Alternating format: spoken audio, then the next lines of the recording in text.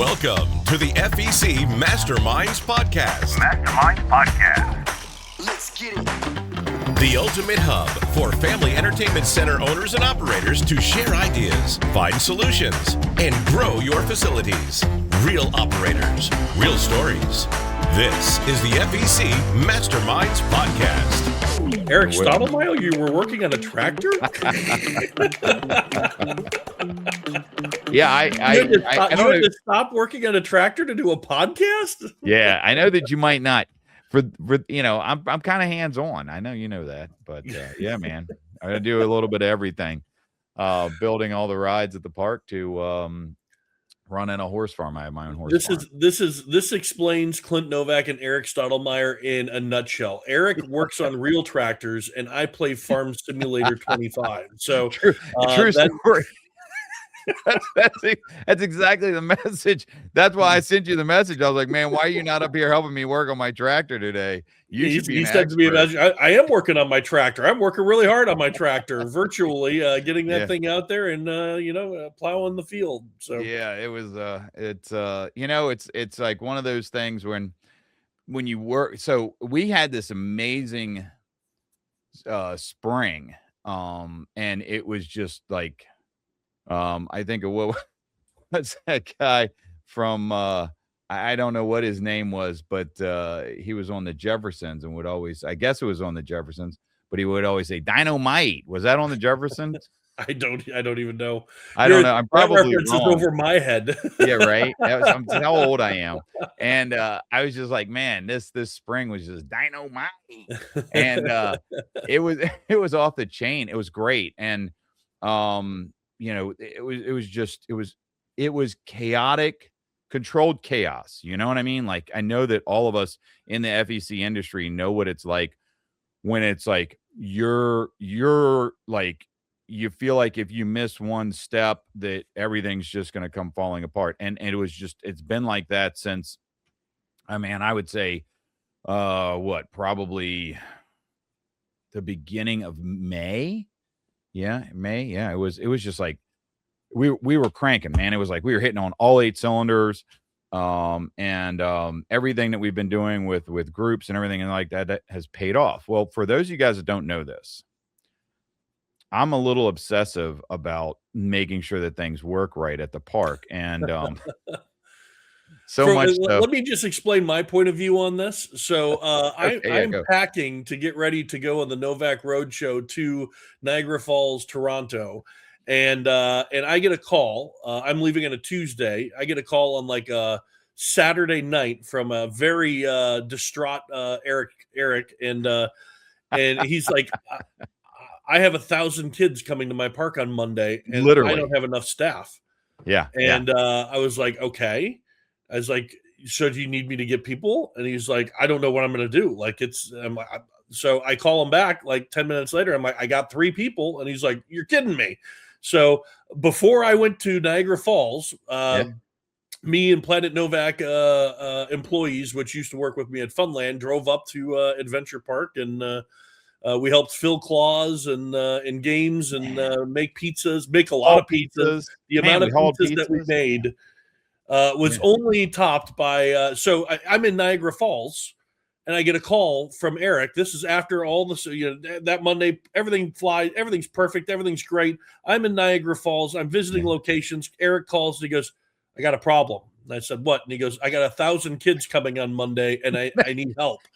And I said, no, we already did this. It was last weekend. We already did that last week. No, it's happening again on Monday, and I need help. And so I wrangled up a couple more people. And after I got back from Niagara Falls, went back up to Adventure Park and made, I think it was 165 more pizzas. Like, it was crazy. It was nuts. It was absolutely, it was great. And it was, and thanks for showing up, man. I tell you what, you know when you got people that's what defines like a good friend, and just somebody that's just was sitting on the sidelines going, hey, I hope things go well. You didn't go, hey man, good luck, I know that you need people, I hope that goes. You were like, hey man, I'm there, I'm gonna find some people, and you wrangled up some great guys. Guys.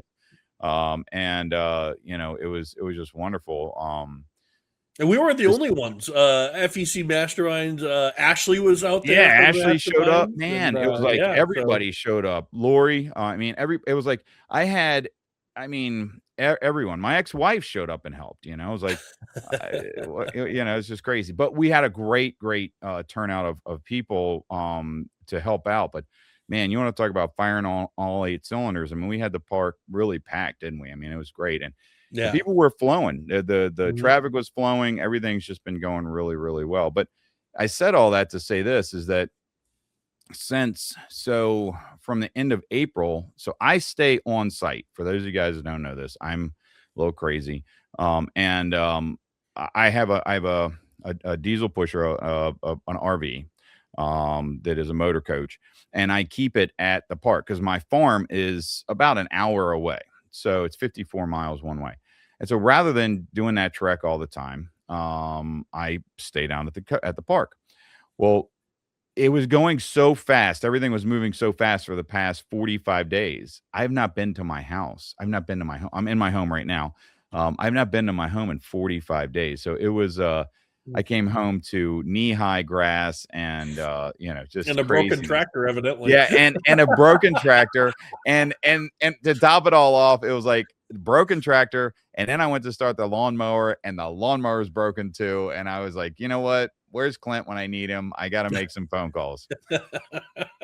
Yeah, Clint, my tractor's broken. I need you to come up here. Yeah. That did not come. That did not get the same resounding. I'll be there. No problem. I just every time Eric has called in the last week, I just didn't pick up. I just that one could get ignored. I'll wait till Tuesday to get back to that one because I know what I'm going to be doing on Monday otherwise. Right? Yeah, that was crazy, man. I couldn't. When I picked up the phone, I was like, I got to call him. I can't believe I got to call him again because I'm up a creek. We were looking at the number of staff members we had. We ended up covering the second time we really had it down. It went really, I think it went so much smoother than the first time went smooth.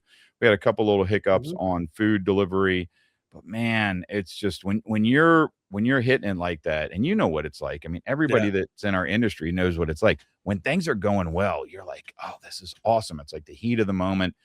And the problem for me was the heat of the moment's been like 45 days. So I finally told the staff on Tuesday, I'm like, I'm rolling out. I'll see you guys on Friday afternoon. So I'm going to be headed back down there. And it's just been it's been an epic spring.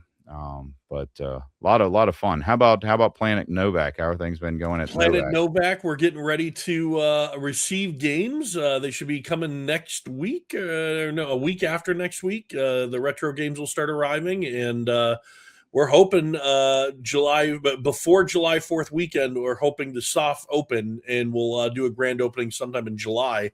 I'm gonna the Novak Roadshow is going to Minnesota in early July. So if there's locations in the Minneapolis, St. Paul area, Twin Cities, St. Cloud, even going out to Eau Claire to see our buddy Brian out at Action City, all the construction they got going on there. I'm gonna swing out there and check that out. But let me tell you, Niagara Falls, this was an interesting trip. Yeah, what was that like? What was that like, man? Well, so I visited a couple locations, including Lasertron. I visited Lasertron in Buffalo, and then I crossed over the border. And this is where it gets interesting. Eric, what's the number one question I get asked all the time about the industry? What do you do, Clint? That's exactly what is if you're a friend of Clint. If you're a close friend of Clint's, it kind of comes with a little bit of like a sarcastic chat. Like, what in the hell do you actually do? What is it that you do? What is it that you do? This goes all the way back to when I was working at A&A Global. My first year with them, I started just after IAPA. So I went to IAPA on my own dime, but I wasn't working for the company yet. And then the second year, so basically I had a full year under my belt by the time IAPA came around again. And the owner, Brian, was there, and everybody's there at the booth hanging out, and people kept coming up and taking pictures with me. And then they would walk up to Brian, and they're like, "That's awesome that you have Clint working for you guys. What is it that he does for you?" And he's like, "You were just taking pictures with him. You don't know what he does for A&A?" And they're like, no, what is it that he does? And he goes, well, I'm not actually really sure what he does. And so that was always like an ongoing joke. And the reason why I bring this up is because getting into Canada, they ask you questions, right? What are you doing in Canada? That's the first question they ask. I said, oh, well, I'm here to go check out some family entertainment centers. Why are you checking out the family entertainment centers? Well, it's kind of a thing that I do. I go and I check out family entertainment centers if there's anything I can do to help them out. And they go, so you're working in Canada? No, well, yes and no. Like I'm going to Canada and I am visiting family entertainment centers, that's what I do. And they're like, who's paying you? I'm like, well, now it's getting more complicated because it's not the places I visit. Yeah. It's a free thing, just going and visiting. And then people in the United States pay me and they're like, so it's not a company. And I'm like, well, I am a company. But other companies pay me. These guys finally just gave up. They were like, you know what? I was like, when I drove up to this guy, I was like, do, I'm going into Canada. And halfway through this conversation, it's like, oh, hell, I'm not getting into Canada. Yeah. You turn this ship around, sir. And the guy finally let me in. He said, next time you're going to need a work permit. And I'm like, but I'm not doing work. Like, it's not like I'm not doing permit. Like, okay, I'll next time I'll get the permit. And he let me in. And I called Sherry and my wife and told her my difficulty getting in Canada. And she goes, do you remember the last time we went to Canada to go to Canada's Wonderland? And I was like, well, I don't remember the crossing. And she goes, you pulled up and the guy asked, what are you doing in Canada? Or where are you going in Canada? And you said, Canada's Wonderland. And he goes, why are you going there? And he said, to ride roller coasters. He said, don't they have roller coasters in the United States? So it's like, they almost didn't let it in that They don't want you there. Don't spend money here. Don't come. Don't like, go to Canada for entertainment. Turn your ass around. We don't want you here. We need to build a wall. So, I almost didn't make it into Canada, but I got in there. I got a chance to visit Neb's Fun World, which Jeff up there, he's part of the FEC Masterminds group that we have. Amazing guy. And the technology and stuff he has wrapped up. He's going to be on the podcast at some point.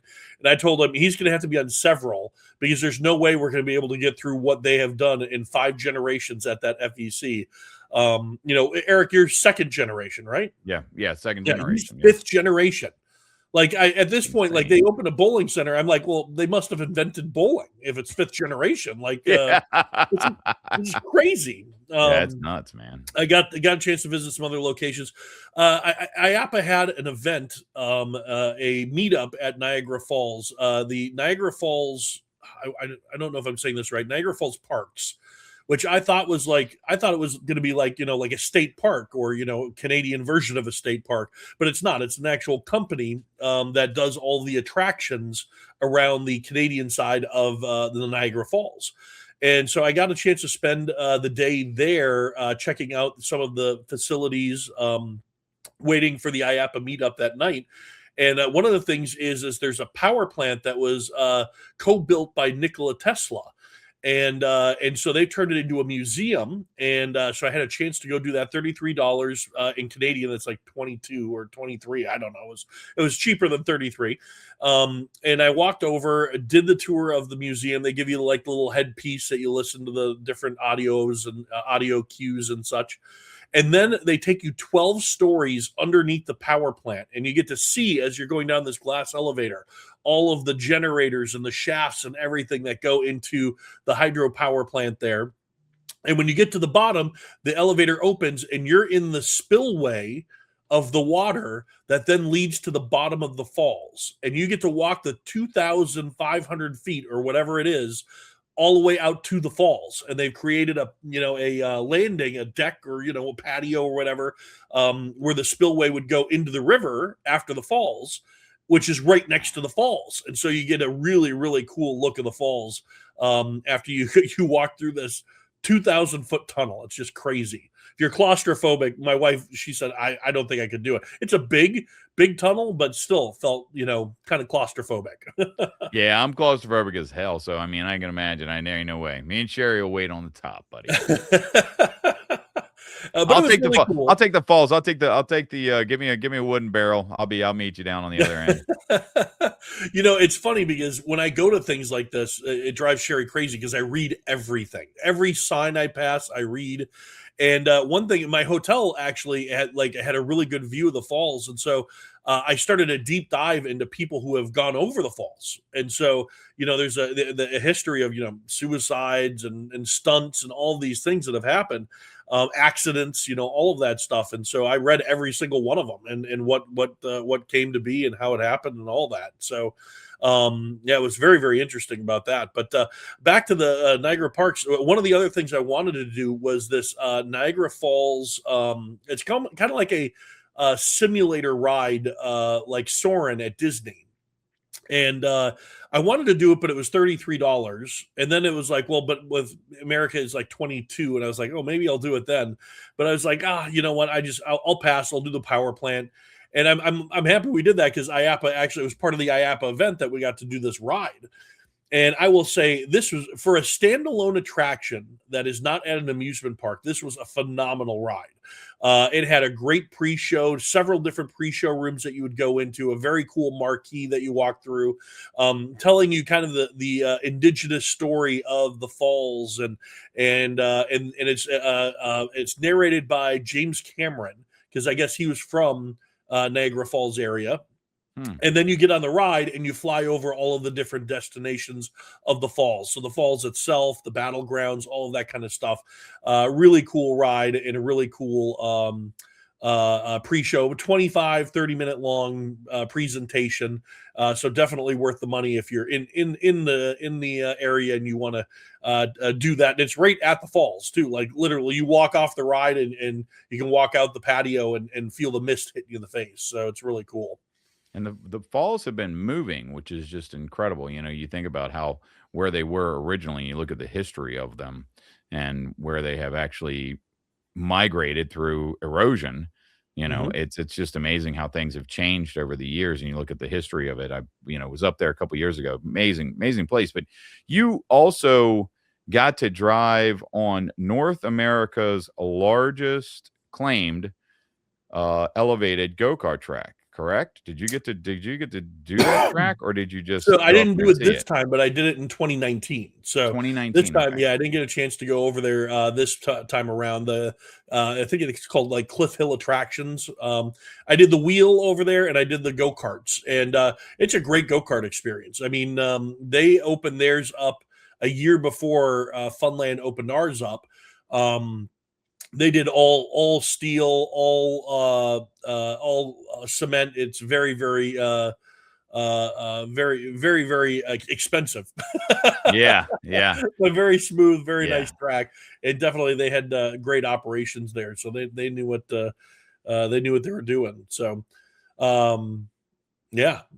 So it was a fun trip. I got a lot done. Like I said, going to Minnesota next. So if there's any locations in Minnesota that are eager to have me come and do whatever it is that I do, if anybody can help define, and I would love to see it and check it out. This is a unique show because we don't have a guest on this week. It's just me and Eric talking about stuff, and it's because me and Eric have so many fun stories and so much stuff to talk about. And when we have guests on, we don't necessarily get to do all of the talking that we would like to do. And so we figured we would pause on the guests for 1 week so we could come in here and tell some fun stories. And one of my favorites, and this was a story that Eric is about to tell. Oh, yeah. Okay. I first heard this before me and Eric were friends. So the day we met, I heard this story because it was a roller coaster enthusiast group at Funland of Fredericksburg, and Eric comes in, and everybody's already telling us, "Oh, you guys are going to be best friends. You guys are going to." We're like, I don't know about that guy over there. So it's like, and I think Eric, you were under the weather to begin with. Yeah, I was not feeling well, man. But and so we were in the room, and you got to tell us about the story about how you guys acquired the Wildcat roller coaster, which was a roller coaster that started what was that, Busch Gardens? Yeah. The story of the Wildcat itself is really unique. I mean, we just I should also preface, You were featured in an American Coaster Enthusiast documentary about Schwarzkopf, because you still have an operating Schwarzkopf roller coaster. So, I do. By all means, the star of the show, let's hear it. Yeah. The star of the show. The star of the show is definitely Anton Schwarzkopf. What an amazing guy. I mean, the story behind him is absolutely riveting. And I had no idea. So I guess I can begin at 04, 03, when my father came to me, and of course we were Frederick Puppuck Golfing Games. He had opened up in 1979. And I was working for Verizon, and he shows up at work one day and is like, "Hey, I want you to go to lunch with me, and I want to talk to you about this." And he has this whole presentation about that he wants to build Adventure Park USA. And I think probably 15 minutes into the conversation, I said, "Dad, you're gonna have to need roller coasters." "No, I don't want roller coasters. No roller coasters." So I we would go to IAPA, and of course I would go over and look at all the roller coasters, and I got to be friends with Ed Hiller with Ride Entertainment Group, and Franz Mayer, who was with Gertschlauer for a long time. Franz is now retired, but just got to be kind of bebopping along with these guys, just hey, kind of casual buddies, and would see them once a year. And man, it was just the craziest thing. We opened in 05, and in 06 I went to my father and I was like, I would like to do this myself. If you're okay with it, I've already figured out the size that I can put it on, or where the area that I can place it. If you're all right with it. And he was just like, "You know what? I got you. You want to do this? I'll support you, but it's 100% on you." And I had no idea what this was going to open up, right? So I get this phone call from Adam Sandy, and he worked for, at that time he was working for Ed Hiller, and he goes, I think I found a coaster for you. Ed was saying that you were looking for a coaster. And I said, all right, yeah, I'm looking. And so he says, we got to go up to Williams Grove Amusement Park in Pennsylvania. And believe it or not, this thing is on the East Coast. I'm in Maryland, right? So it's probably two hours up north from my park, or where we had built, and my parents' park. And so I said, all right, we'll take a ride up there. So go up there, and I actually took my daughter. My daughter was 4 years old at the time, and go out to meet this guy who's I don't, oh my gosh, a legend in his own time, was Morgan Hughes. And for those of you guys who don't know who Morgan Hughes was a amazing person who brought a lot of rides. He was a ride importer, and he grew up from nothing, and he just would import rides from Europe to the United States. He helped build Palisade Park. He helped with a lot of the construction and a lot of the rides that went into Cedar Park. He used to hobnob with the Disney family. Matter of fact, I think one of his sons is named Mickey. But interesting guy, a little short guy, just, man, spark plug. Holy cow. Guy had a mouth on him like a sailor. And I go up there, meet with him. Ed Hiller walks out, puts out his hand like, "Hey, I'm Ed Hiller." And he's like, Are you the money guy? Are you the guy that wants to buy the coaster? And Ed's like, "No, that's him over there."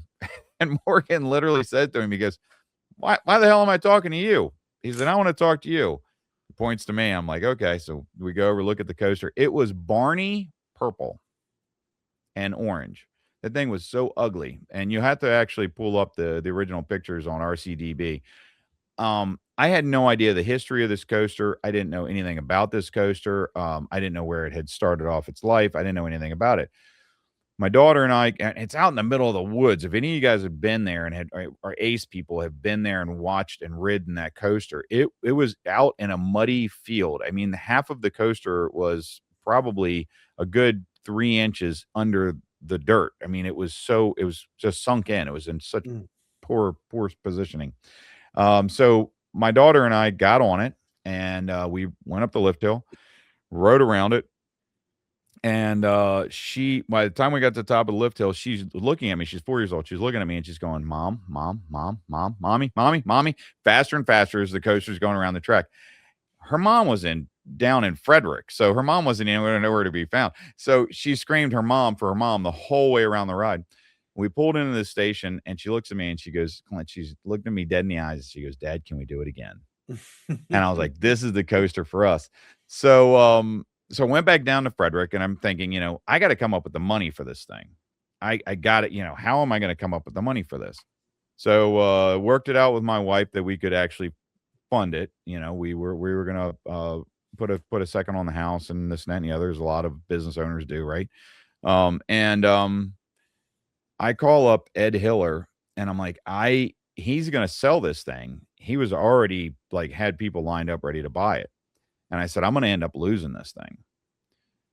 And I don't know what to do. And I called up Morgan, and I'm talking with Morgan. Of course, Morgan he's 80. I think he was 81 at that point. And he's like, "I got more money than I ever need," blah, blah. He's just very crass. And I said, "Well, what will you take for the coaster?" And I offered him made an offer, and he said, "I'll let it sit out in the field before I'll sell it for that." And I said, "Okay." And then he gave me a number, and I said, "All right." I agreed to his number. I didn't have a choice, right? So I get on the phone and I call Ed Hiller, and I said, "I don't know what I'm going to do because I don't have the cash right this minute." Ed thought about it for a minute. He said, "Can you come down?" He goes, "I think I can spot it." I said, "Okay." So I go down to see Ed, and Ed, of course, signed my life away to Ed for a little while. And Ed trusted me enough. He literally gave me a bag full of money. I felt like I was in Goodfellas, to go up and make a deposit on this roller coaster. So I'm driving up to PA, and I'm thinking, if I have a car accident or something happens to me, good thing you weren't crossing the border. Yeah, or I'm going across. Yeah. And I'm thinking, this is nuts. This is crazy. And so I'm calling Morgan on the way up, and I'm like, I'm on my way, and I've got cash. And he has this thick Dutch accent. I can't do it justice, man. But he just literally said to me, no kidding. He said, "Boy, do you know what cash is?" I said, "Yes, sir." He goes, "The type that folds. That's what you're bringing me, right? The type that folds." I said, "Yeah, yes, sir. I'm bringing you cash in a box to make a deposit on this roller coaster." And I showed up, at his place, and I'm carrying this box full of cash, and walk into this trailer. And for any of you guys that have seen like Goodfellas or any of those types of movies, I walk into this trailer, and the whole thing smelled damp. It was green carpet on the ground, and there's a guy sitting at the table, and Morgan is sitting to his left. And I walk in the room, and the door closes behind me, and there's another guy walking in behind me. And I immediately looked on the ground because I was looking for plastic. I was like, nobody knows where I am. I got this box of cash, and this guy's gonna just snuff me out and throw me in a pond somewhere. But no, it didn't turn out like that.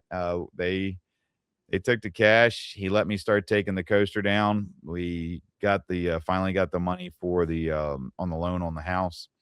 We took what was his name? My gosh, the guy that worked for Bill Wright, and I can't remember the other guy's name, Steve Portal. And Bill Wright went up there, and man, he worked with Ed at the time, and we just worked like a Trojan. We took it all down. We sandblasted it. We brought it down. Well, we brought it down to the park. That was another nightmare, bringing it down to the park. Hired a sandblaster. For those of you guys who have done this kind of stuff in the past, I had never done this. I didn't own a roller coaster. I'd never put a roller coaster together. I'd worked with erector sets and Legos. So, it was like nothing like this. And so my entire summer of 2006 was spent in a parking lot with a sandblasting hose over my shoulder, sandblasting hood on, sandblasting away Barney purple paint and orange paint off of the track. And here we are. I guess we opened in 2007, April of 2007, and it's been rolling ever since. It sees about 75,000 riders every year. We had such a pushback from, and those of you guys who don't know this, is that we had our county would, and you can talk about this too, Clint, because I know when you guys were talking about at Funland putting up your ride, dealing with the county can be a really tricky thing. And the county became very aggressive towards us. And we were on the front page of the paper, tear it down. They were saying we built it without a permit and this and that and the other. And we were like, we get our permit from the state, not from the county, And so anyhow, so it was built perfectly safe. It was built to spec. Actually, Franz Mayer, who worked with Schwarzkopf, came over and instructed us and was there with us during the erection of the coaster. So it was awesome because he actually knew and worked with Anton when he was a little kid, when he was a young man, I guess I should say. So you got to hear all these great stories about Anton and how they would erect these coasters. And man, what a great piece. But so we were open for about a week. And we had gone through all of this rigmarole with the county and fighting with the Board of County Commissioners. And it was ugly. And the Fox News reporter came to me and she said, Eric, was it worth it? She's doing this interview and she says, was it worth it? And the story that sticks with me is that the second day, the first day that the coaster was open, there were two of us up on the deck working the coaster, and I didn't have the roof over it. So we're out there in the sun, and we had a couple cars on the track. We're moving the cars down. And I'm with the Wildcat, it's got individual cars. So you're moving the car down, and I'm got a hold of the car, and they had just, a father and son had exited the car, and I was pulling the car down to the station, jockeying it down to the next station. And I hear this, in the background. And I didn't turn. I'm glad I didn't turn, and I don't know why I didn't turn, but I heard this high five, and as I turned around, or as I didn't turn around to catch them completely, but I caught him out of the corner of my eye, and it was his dad, and he goes, "Yeah, man," he goes, "that was your first roller coaster ride," and it was like, that's what I told the lady from Fox News. I said, you know what? It made it all worth it. I know it sounds crazy, but to realize that people were going to have something unique, like their first roller coaster ride, because we were willing to, because my father was willing to push me to go out, and because Ed Hiller was willing to give me a box full of cash to drive up like a gangster up to Pennsylvania. And just nutty stuff like that, and then sandblasting and all of the work, and just, oh my gosh, it was crazy. It was so hot to get it done and to have it finished, and then to have some dad be able to high five his kid that it was his first roller coaster ride ever. It's like, who doesn't remember the first roller coaster ride? That's super cool. It's epic. So there you go. So there's a story of the Wildcat roller coaster. It was. I was asked the other day. Somebody said, "What coaster do you think you've ridden the most in your life?" And easy. I sat there for a while, and I was like, "Well, I could be this, it could be that." And Sherry goes, "Are you kidding me?" And I was like, "What?" And she goes, "It was Wildcat." Yeah. And I was like, "What? Oh yeah." Yeah, because I rode it 150 times in one day for charity, and that's probably the coaster I've ridden the most. So yeah, I mean, there's probably, Kings Dominion probably gets close, but I don't know if I've hit 150 on any of those. So yeah, consecutive. Yeah. My God, man, that was a great day, huh? You couldn't even walk for 2 days. No, I can't believe you didn't end up with internal injuries. I mean, it is what it is now. So yeah, right. My God. Yeah. But what a cool thing. And we get to work in such a unique industry, and we get to deal with so many different people on so many different levels, but we're selling fun. We're selling Mhm. an adrenaline rush or entertainment. And you've had such a twist with that, with building the first elevated go-kart track in Northern Virginia.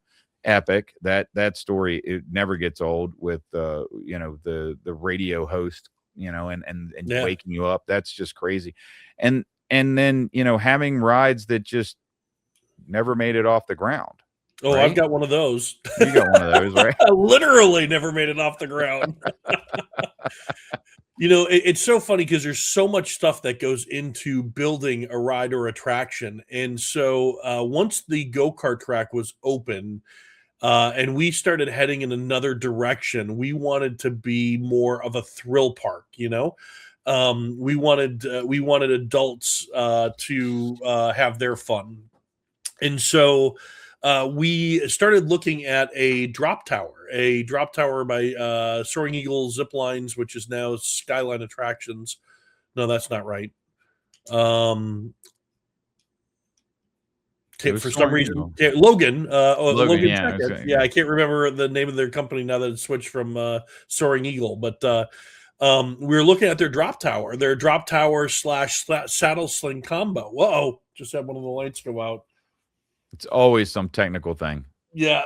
Well, we've Hold on, I'm gonna look up while you're fixing your light bulb. I'm gonna look up Checkett's Soaring Eagle. work on that there. So All right. yeah, we were going to get the combo. It's a 135-foot tower that had 2 rides on it.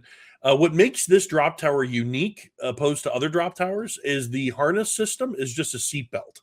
And so if you've ever been on one of their drop towers, there's one in Myrtle Beach. There's one Branson, Missouri, and some other locations. And every time I've gone on those drop towers, it freaks me out. I get freaked out on drop towers to begin with, but only having a seatbelt and you're going 200 feet up in the air or whatever, it was scary. And so, we decided that was the next direction we wanted to go. But there was a problem. The city of Fredericksburg only allows objects to be built up to 90 feet unless it's a communications tower, which can then go up to 199 feet. And so we couldn't go past 90 feet. And so we went to the city and we had to get a lawyer, and 2 years of work. We're going through all of this stuff to try to get the ordinance changed. And we're very, very close. We were to a point where we were pretty sure that they were going to change the ordinance. And before one of the city council meetings, I was in there waiting for it to start. And one of the guys came up to me on the council and jokingly said, "Clint, you should build a Topgolf." I said, "Okay. Why should I build a Topgolf?" They're like, "Well, we want a Topgolf in town and it would be fun." And I said, "Well, then we should change it, the ordinance from 135 to 150 because the nets are 150 feet tall." And he's like, "Wait a minute, really?" And I said, "Yeah, 150 to 200 feet." He's like, "Oh." And then in that meeting, they tried to push it to 150 instead of 135, which I was asking for. And so the 150 got turned down, the 135 passed, and the ordinance after 2 years of working with the city in all different capacities finally passed. And we now have an ordinance in Fredericksburg that says that you can build a building to 90 feet, an amusement park ride or attraction to 135, and a communications tower to 199. So that's what the ordinance says now. Then we had a big party, right? You were at the party. You came I was down. at the party. Yeah, man. It We had was a a big heck of a party. We party. had It a was a big great party. Funland, we knew how to throw a big party, and that's what Hell we yeah. did. So we had a big party.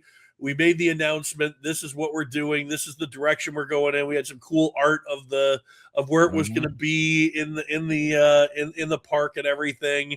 And we started doing soil samples and getting all the stuff that we needed for the footing to get the drawings done for the footers. And all of that kind of stuff. We're going through all of that. And then I get woken up one morning by my wife, and she said, somebody just died on a drop tower in Florida. I was like, "Oh no." And it was a drop tower I was on weeks before. the one that's right off of I Drive. No longer And there, so, right? what's that? It's no longer there, is it? No, they tore. They never opened again. So it Yeah. was only there. I think it was only open for like 6 months. Yeah. And so they ended up tearing that down. And it was, a lot of issues, but really it boiled down to somebody, changed the way the restraint was for bigger people.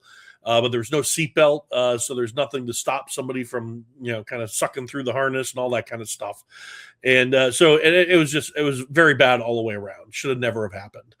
And so that kind of put a stigma on drop towers. And so we're like, ooh, do we want to go forward and continue doing this? And then there was another death on a drop tower in the United States, 2 in 1 year.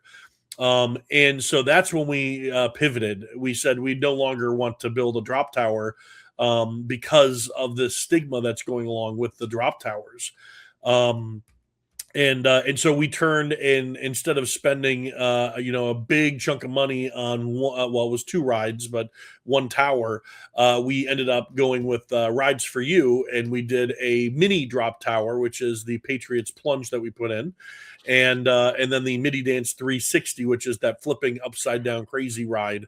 So we put those 2 rides in for the same price as the big ride. And yeah, but we had already announced we were getting it. People were following the process with us in the city and knew something was going on, because why would we be changing a variance or ordinance? And then, we made this, hey, this is what we're doing. Yeah. And yeah. Hey guys, here's what's coming up. Yeah, I think that was the only time we ever announced an attraction or ride that didn't get built, because we ended up shifting directions. But other than that, we had a pretty good track record of opening whenever we promised we were going to open. Yeah. Hey, man, it happens, though. It's like, or things take forever, like our friends. Yeah. Our friends down at oh my gosh, what is the go-kart track? Fun Spot? No, not Fun Spot. The one down at Go-Karts Plus. Go-Karts Plus. Oh my 2 years gosh. in on construction. 2 years in on their hopefully construction. They'll be open in the next month. So yeah. So some things just, construction doesn't always go the way that you want it to.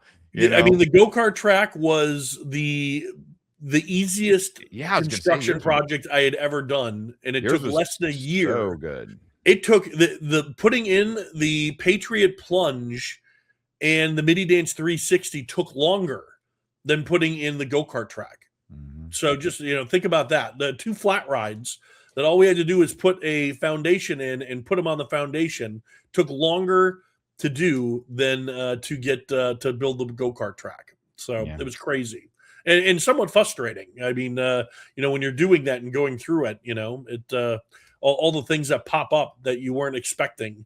And, with the Midi Dance 360, the way this gets put together is you have a big crane that comes in. The crane is how much? $500 an hour? Yeah, something stupid, at least. And they come in and they have to assemble parts of it, and it's 4 legs and then a motor that goes in. And what they do is they did the frame first, and then they're going to fly the whole thing in and set it down into place, right? And so they're flying it in and it's setting down into place, and the bolts don't match up. And I'm like, what's going on? And the crane's just holding it, it's just the crane's holding. And so it's like, well, what do we do? What do you do? The bolts don't match up. It's not gonna go down. And so, I call the architect I call the contractor first, and the contractor's on scene within minutes. And they go, measure. And they're like, this is exactly what the blueprints say. I'm like, okay. So then we call the engineer up. And then engineer is like, well, I don't see what could have possibly. Oh, actually, yeah, I do see what went wrong. We're like, okay. And he goes, yeah, there's the math was done in this and not this. Okay. Well, the ride is. Right in the air right now. It's just floating up there waiting for something, and we can't. It's like this was months of building the foundation with the rods already there, and so it's like nobody could make a decision on it. Nobody could, the ride just hanging there, $500 an hour, and so I finally just said, just cut the bolts off and set it down, and we'll have to drill and do it that way. And so that's what happened. And then the city came out and they said, whoa, you can't do that. And it was like, what were we supposed to do? And so it's like that now they're like, okay, well, they had to come up with a plan. The architect had to come up with a plan. The contractor had to come up with a plan. Everybody had to come up with a plan. The only plan I came up with is cut the bolts and set the thing down. It's like, it doesn't make any sense floating up there with the bolts. The bolts didn't line up anyways. Yeah. So what's the difference? You're not using them. It's not like we're gonna send back the ride and have it re-engineered so it'll fit the bolts, And it was nuts. But we finally got a process where they would just drill into the foundation, place the bolts in there with some type of stuff. I don't know. I'm not a construction guy. They put gum in there or something. I was waiting to hear what you were. Putty. They put putty in there. They put something in there. They put something. It costs a lot of money. I know that. I know it costs a lot of money. But finally got all that taken care of. So that's good. I'm glad that's but it's always. I don't care what it doesn't seem to matter what you're putting in at your park.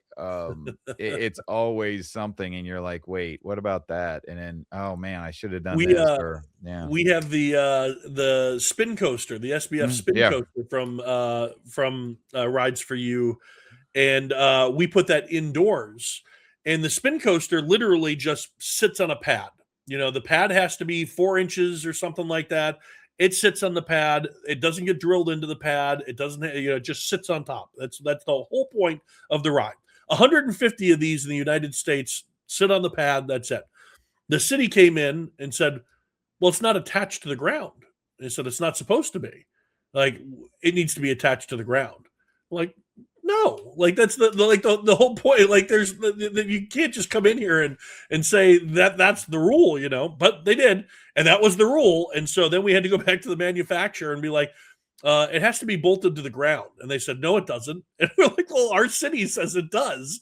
So what are we going to do? And so they came up with a system that would like clamp it and then drill into the thing and hold it in place, which was, welders and manufacturers and all that had to make all this stuff to do that, which was pointless because it just was supposed to just sit there. So, well, in Japan, they actually had I want to say it was a Schwarzkopf piece, because a lot of our coasters are base frame coasters, right? So they just sit on the surface.